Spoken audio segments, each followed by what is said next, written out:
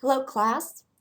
With this lecture, Mendelian genetics, and the next lecture, population genetics, there's also a word handout with a list of definitions that will be important for you to read and learn. One of the key concepts in learning objectives is to know the definitions, so it's good to review those probably prior to listening to this lecture and the next lecture. Recognizing the patterns and calculating probabilities of inheritance based on pedigrees or family history, and being able to draw and interpret pedigrees are important for this section and also will be important on your board exams. We want you to be able to distinguish between phenotype, which is the clinical presentation, and genotype, which is what's in the DNA. We want you to be able to understand and solve problems and to know specific examples of genetic diseases. We also want you to know how DNA-based tests can affect probabilities and diagnoses. Genetic disorders are often a result of mitotic or meiotic failures. So you've seen Dr. Resnick's lecture, and so you know how during recombination chromosomes can break and rejoin. Normal recombination results in an even swap of genetic material. But if something goes wrong, then DNA can be lost, that's a deletion, or inverted, flipped around for an inversion, or relocated, that is moved either to another region of the same chromosome or to a different chromosome, that's a translocation. This can be spontaneous, no family history involved, can just happen during the meiotic event leading to that individual, or it can be inherited.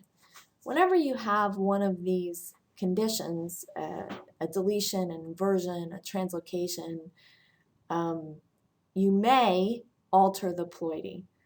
The one case where you may leave the ploidy alone is in the inversion.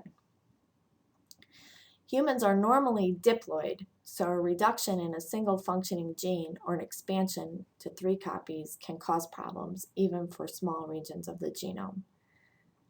Sometimes these defects do not have any visible consequence, and because we do not routinely survey individuals with normal phenotypes, we really don't know what the prevalence of microdeletions, inversions, or translocation is in the population.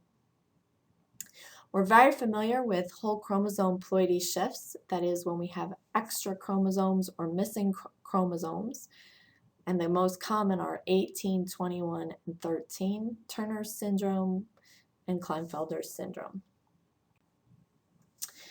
OMIM is a database which catalogs all of these Mendelian inheritances in man. It stands for Online Mendelian Inheritance in Man. And if you copy paste this link into your web browser, you should see the below screen. And right here is where you would put in your search terms for the diseases that you're interested in or for the genetic loci you're interested in. You can search either for genotypes or for phenotypes. For example, here's a search for trisomy 21, and you'll see it returns 121 links. The first one is Down syndrome, and if you click on that, you get a comprehensive summary of Down syndrome, including references to the primary literature. Okay, this is just a quick slide to remind you of the basic gene structure, which has exons, introns, and to remind you that DNA makes RNA, RNAs make proteins. And so while in this section of your medical education we're focusing on the DNA, you can also have defects in splicing and post-translational modifications that lead to disease. Let's do a few definitions here. We're going to be focusing this lecture on single gene Mendelian inheritance. The frequencies of these range a lot, anywhere from 1 in 100 to 1 in 10 million. Pleiotropy refers to a single gene that can have multiple phenotypic effects, for example, affecting multiple organ systems that you see in many autosomal dominant conditions. You may also have multifactorial, that is complex or polygenic traits. These often involve multiple genes, environmental triggers, and these things may interact. Many chronic conditions fall into this category, for example, diabetes. Let's focus a little bit on the single gene because that's what the rest of this lecture primarily focuses on. One gene can have many alleles. When there's only two alleles being considered, it's common to denote them as upper and lower case of the same letter, with the lower case indicating a recessive allele. However, when you have more than two alleles being considered, several alternate notations exist. And I think the important thing to understand is that while any one individual only has two alleles if their ploidy level is normal, in a population there may be many variants of the locus. There may be many alleles. And so, for example, retinitis pigmentosa is a disease that is caused by many different mutations in the same gene, and each different mutation is its own allele. These are terms, alleles, mutants, that refer to the genotype. Continuing with our definitions, we can have dominance and recessive. These refer to the allele, not the gene. So we'll talk more about this later in the lecture, but for example, the ABO blood type has three alleles. The A allele is dominant to the O allele, the B allele is dominant to the O allele, O is recessive to the A and B are codominant. Okay, again, I'm going to stress that you should review the definitions on the Word document. So what is pleiotropy? It is one gene that has multiple different phenotypic effects, and the classic example of this is how sickle cell anemia and malarial resistance are related. Okay, now we're going to talk a little bit about pedigrees. Pedigrees are diagrams of family structures. They show genetic relationships, and they also show phenotypic information. Symbols can vary a little bit from source to source, but the basic symbols are usually the same. Here's one set of symbols. Notice the square for the male, the circle for the female, the horizontal line indicating the mating, how children are denoted as descending from the branch of the parents. Birth order goes from left to right. The other thing that I will have you note is that shaded indicates affected. Here's another schema. It's slightly different, but you can basically see the same kind of things with the circle for the female, the square for the male, the single bar indicating the parents, and shading for the affecteds. All right, now we're going to focus on autosomal dominant diseases. And on the left here is a classic pedigree showing autosomal dominant pattern of inheritance. If I have just two alleles in this system, the genotypes, that is the two alleles together in one individual, both big A, and big A, little a, will show the phenotypic trait as long as the penetrance is complete. Some examples of this: Huntington disease, neurofibromatosis, achondroplasia, osteogenesis imperfecta, Marfan syndrome, Noonan syndrome, polycystic kidney disease, and there are many others. If you have a problem in this class and you're asked to look at the pedigree, or you are asked about an individual that has an autosomal dominant disease and you have no other information, you should assume that the affected individual is heterozygous. So for example, in this pedigree on the left, the individual in the first generation we would assume is heterozygous. The phenotype appears in consecutive affected generations. So in this case, we have the phenotype in each of the 3 generations. Each affected individual typically has an affected parent. That's vertical transition. Again, as long as the penetrance is complete. Normal individuals do not transmit the allele that is associated with the disease. Males and females are both affected and equally likely to transmit the trait to either sex child. That's what it means to be autosomal. A child of an affected parent, if that parent is heterozygous, has a 50% risk of inheriting the trait because they have a 50% risk of inheriting the allele that is associated with the disease. Let's go through a specific example, osteogenesis imperfecta. And on the left here, you see a picture, an x-ray of a child that has this disease. This is an autosomal dominant disease. Its clinical phenotype is fragile bones. So severely affected children may be born with fractures just due to the trauma of birth. This is due to a mutation in any one of the alpha collagen genes. So there are several different kinds of this disease based upon which specific gene is affected and exactly what mutation has happened in that individual. Other tissues can be affected, and some patients may also have hearing loss.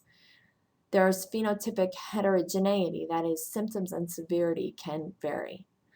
So this is an interesting example because even though we're talking about one gene causing a phenotype, what that gene is can actually vary, and so several different individual genes can each result in the same phenotype. Let's do a question. A woman who has mild osteogenesis imperfecta has 2 children who inherited this from her. Let's assume the father is unaffected.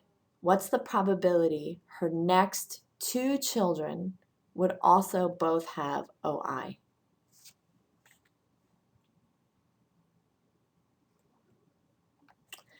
Okay, so the probability for each child is a half. That is, the mother has a 50% chance of passing on the allele for this disease. So each child has the probability of a half, and the probability of both, that is 1/2 times 1/2 or 1/4,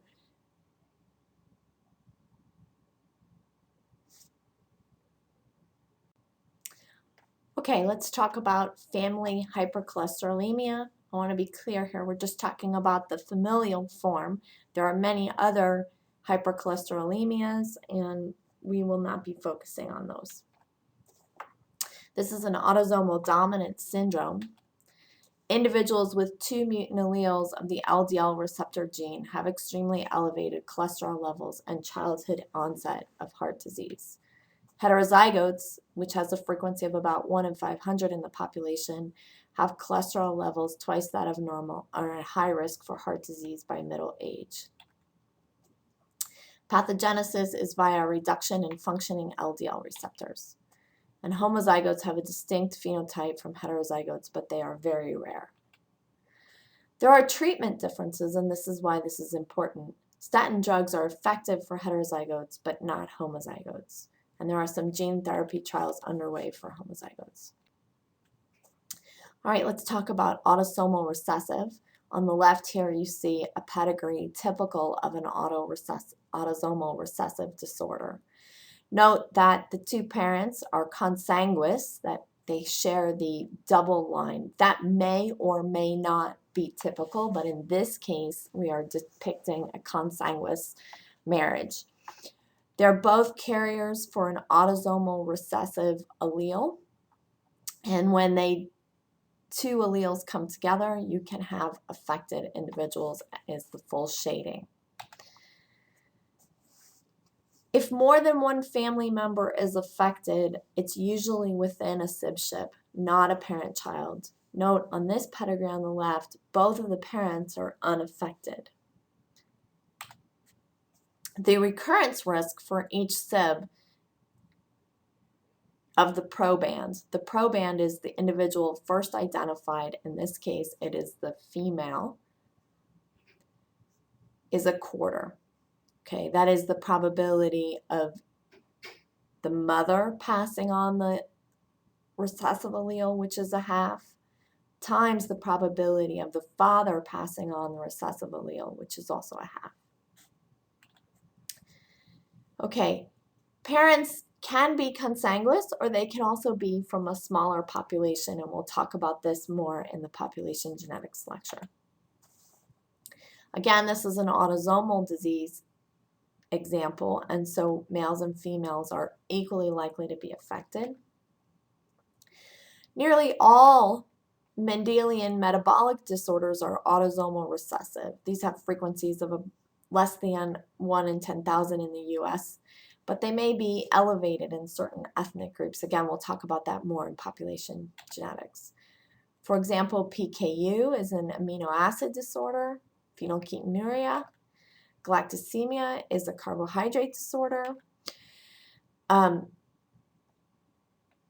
We also have organic acid disorders, and we have SLO as a lipid disorder. We can have a urea cycle deficit defect, glycogen storage disorders, lysosomal storage disorders, okay? And mucopolysaccharides. Okay, let's do some questions. If Alfred and Lois, unrelated Caucasians who do not have SLO, are getting married, but Alfred's brother died of SLO, what's the probability that Alfred is an SLO carrier?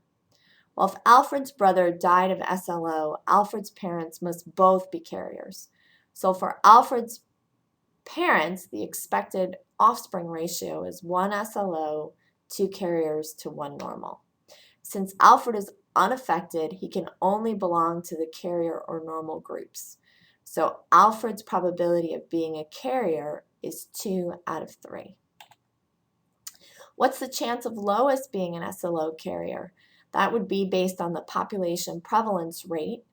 So 1 to 2% of Caucasians carry an SLO mutation. So Lois has a 1 to 2% chance of being a carrier even without a family history.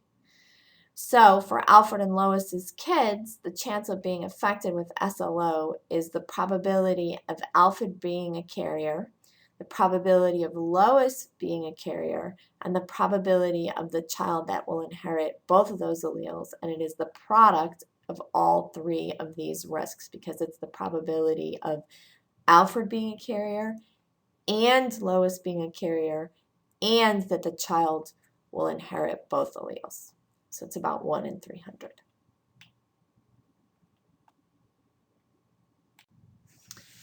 Let's talk about carrier testing. This is common in cases where you have elevated population risks for certain autosomal recessive diseases, for example, cystic fibrosis. Cystic fibrosis is caused by mutations in the CFTR gene.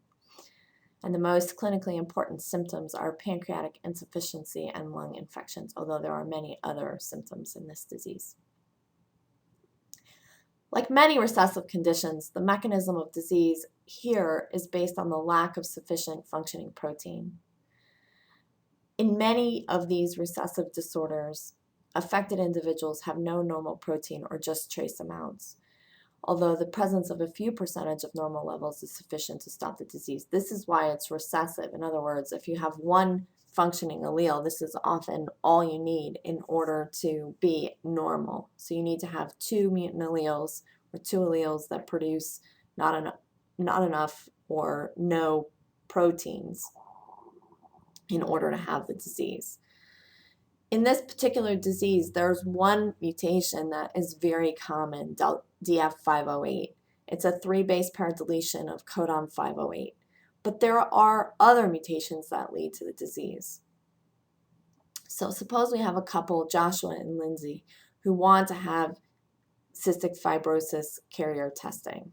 It's a DNA test because Joshua's brother has cystic fibrosis. Joshua's test is negative. There's no mutation found. However, the lab indicates they only screen for DF508. Lindsay's test is positive that she carries DF508. How does this affect their chance of having a child with cystic fibrosis? Joshua could still be a carrier. While delta F508 has been excluded, his risk of being a carrier is now reduced. We need to test his brother. If his brother was a delta F508 homozygous and Joshua is negative, can we assume he's in the clear? Only if we can assume that there are no other mutant alleles in the population. This is, in fact, the most likely scenario, because what that says is that both parents were at least delta F508 carriers. If neither parent is affected, you can then assume that there's no additional risk.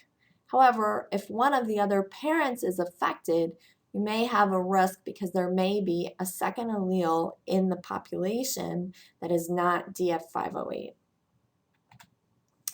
So if we would consider his carrier risk to be 10% because it's a specific population, then the risk to the child would be 1 out of 10 from Joshua times 1 because Lindsay is a carrier times a quarter, or 1 out of 40. So that would be an increased risk compared to the 10% of this particular population. Note that for individuals without a positive family history of cystic fibrosis, a negative test can dramatically reduce the risk of being a carrier. And the previous example is very extreme. In other words, we would normally assume that there were no other mutant alleles in the population, or if the two parents are unaffected. So a probability assigning as a carrier risk can be provided by a testing facility or a genetic counselor. While these are important to understand what these risks are, often you'll be working together with other health professionals, such as a genetic counselor, that will be doing these detailed calculations. However, some of these calculations are likely to be on your board exams, which is why we introduce you to them and try to give you some simple rules to follow them. I want to emphasize that this particular example is here just as an extreme example and is a little bit more complicated than what we would expect you to be able to execute. We just want to make sure that you can think through what you should do in terms of testing. So in this case, testing the brother is the important thing to think about, and then also thinking about the brother's results in terms of the parents. One of the things is going to be important in your clinical practice is that you're going to be communicating to patients, and sometimes you have a negative test result. And in cases like this, a negative test result is often not absolute. That is because tests are often specific for particular alleles. So there can still be a risk associated with the alleles that you do not test for, and the exact level of that risk may or may not be known depending on how much you know about the patient's background and how much that background is known in genetics as a whole. The lab performing the test should give you details about sensitivity and specificity, and the genetic counselor that you're working with should help you in terms of calculations of risk. This slide is just here for you to review about sensitivity, specificity, and positive predictive value. This isn't on the test. It isn't something that we expect you to know, but we've heard that often during clinical rotations that these are concepts that people expect you to have, and it's helpful for you to have had at least seen this. So this is really for you to have put someplace. Okay, now we're going to talk about X-linked recessive. I want you to note the dot in the middle. That is the indication for X-linked recessive. Okay, so if we are X-linked recessive, Females, remember, have two X's. Males have one X.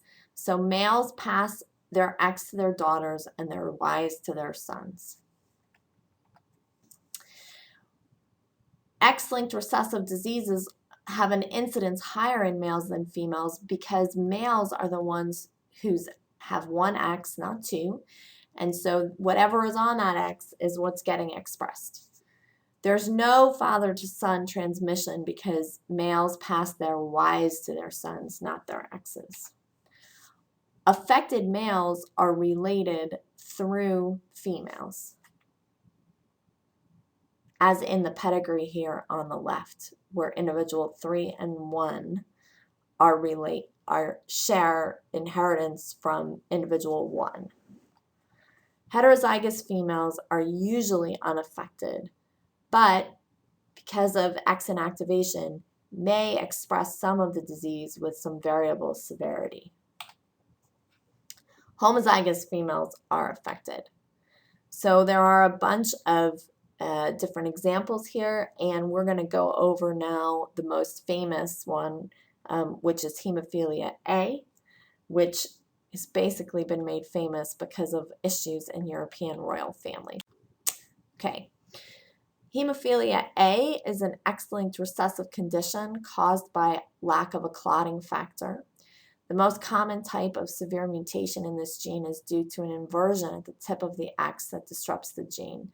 Overall, this kind of inversion is an unusual mechanism for disease, but it is because of the consanguineous matings that this has become fairly prevalent. Poor clotting ability leads to prolonged bleeding from serious wounds and spontaneous bleeding in the joints, muscles, and sometimes brain. Brain hemorrhages can be fatal, while other bleeds are not usually fatal but can lead to crippling. Okay, here's a question. Sandra is unaffected, but she has 2 brothers with hemophilia A. She wants to know the risks of her own children inheriting hemophilia A, and her husband is unaffected. How do you figure this out? Okay, the probability that Sandra is the carrier is 1/2. Because the probability that her mother passed on the hemophilia A mutation allele is 1/2, because you know this because she has 2 brothers with hemophilia A. So the probability that she's a carrier times the probability that she passes on the mutant allele is 1/4 for each male. The only way a female child could be affected would be if Sandra were a carrier, passed on the mutant X, and the child's father was affected or suffered a mutation in his sperm. What about X-linked dominant diseases? Affected females can be homozygous or heterozygous. All daughters of affected males are affected. There's no father-son transmission. Again, it's still on the X. Each child of an affected heterozygous woman and a normal man has a 50% risk of inheriting the trait, regardless of their gender. For rare phenotypes, affected females are 2 times as likely as affected males. And there are some examples of this. Okay, oftentimes multiple independent, that is unlinked loci can come together to form diseases, so it's important to be able to calculate what probabilities are when you bring 2 different loci together. So here's just a small example. If we have dark eyes dominant to light eyes and the ability to taste is dominant to non-tasting, and I have 2 double heterozygotes marrying, which is one of the most common things that happens in human populations, what proportion of their kids are going to be light-eyed tasters? So to be a light-eyed taster, you have to have the small d genotype. But to be a taster, you have to have just one of the capital T alleles. So the 2 genotypes, small d, capital T, capital T, or small d, capital T, small t, will both result in a light-eyed taster. Okay, the probability of small d, capital T is 1/4 for the small d, 1/4 for the capital T, or 1/16 for this genotype. And the probability of the small d, capital T, small t heterozygote is a quarter times a half, or an eighth, which is also 2/16. So or means I add, so 1/16 plus 2/16 is 3/16. Okay, we're back to codominance. And here on this picture, we want to say what's the genotype for each person. So the first set of bands all the way on the left has both an A and a B. The second is just A, and the third is just B. Every genotype involving codominant alleles has a distinctive phenotype. For example, DNA markers such as RFLPs are codominant because you're determining a genotype and not a phenotype. Same thing for SNPs. Okay, we're now going to go back to the ABO blood group system, which we talked about a little bit in the beginning. This is a good example of multiple alleles and also codominance. Okay, so in this system we have three alleles, A, B, and O. The alleles A and B are codominant. Both are dominant to O. This gene codes for an enzyme that modifies a precursor called H antigen that produces A or B on the red blood cell depending on the form of the enzyme. Type O's have unmodified H antigen only.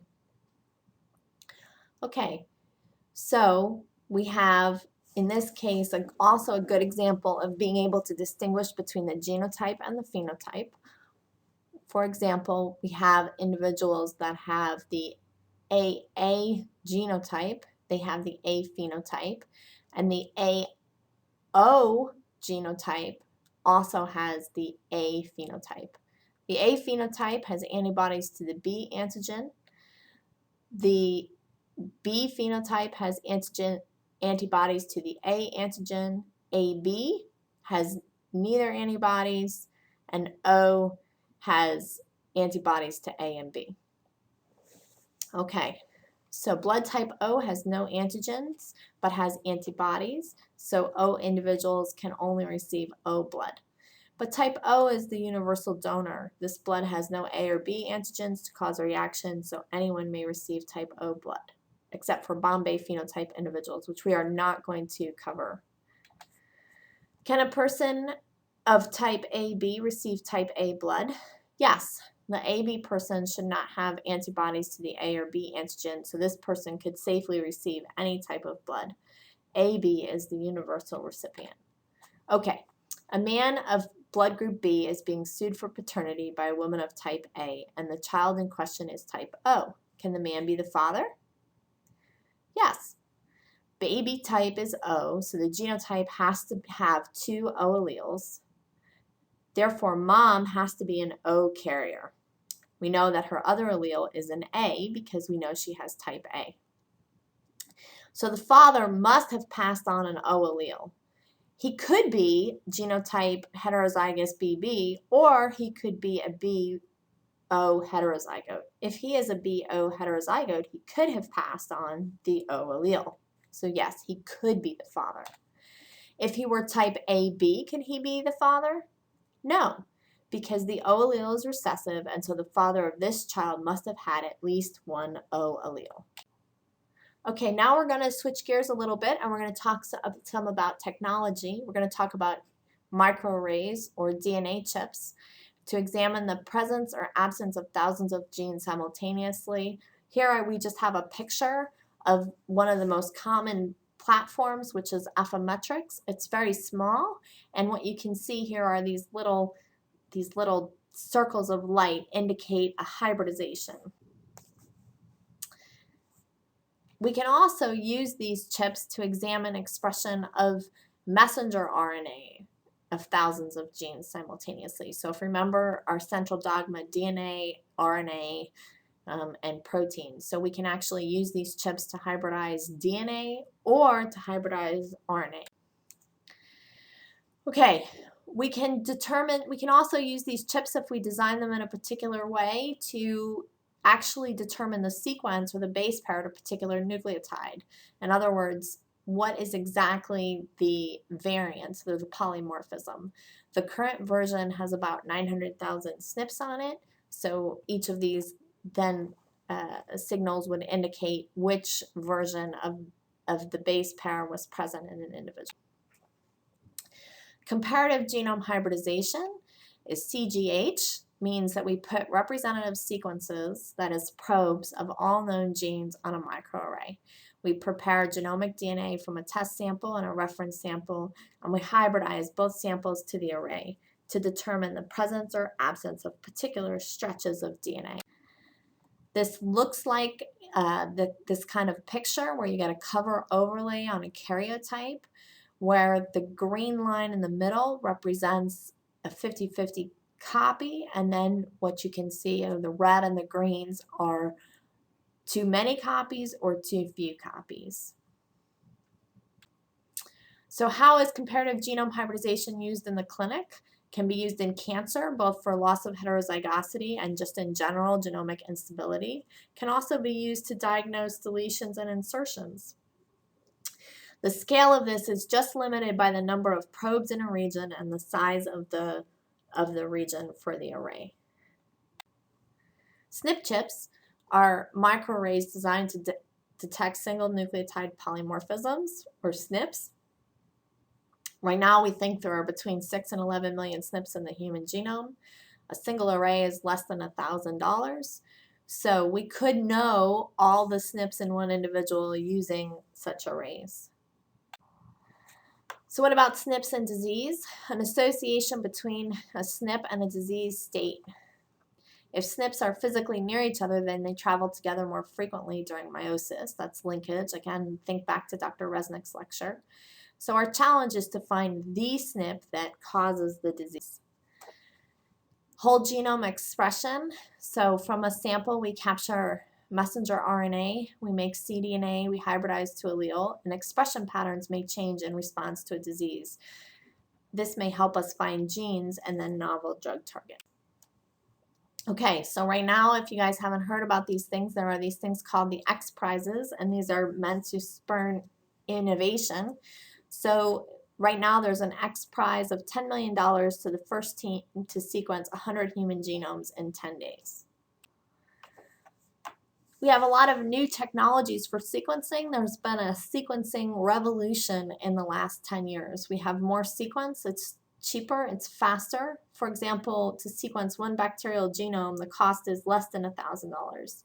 The $1,000 human genome is not that far away. During your lifetime as a clinician, DNA information will be available. And the big question is, how will you use it? One success story right now is the focus on pharmacogenomics.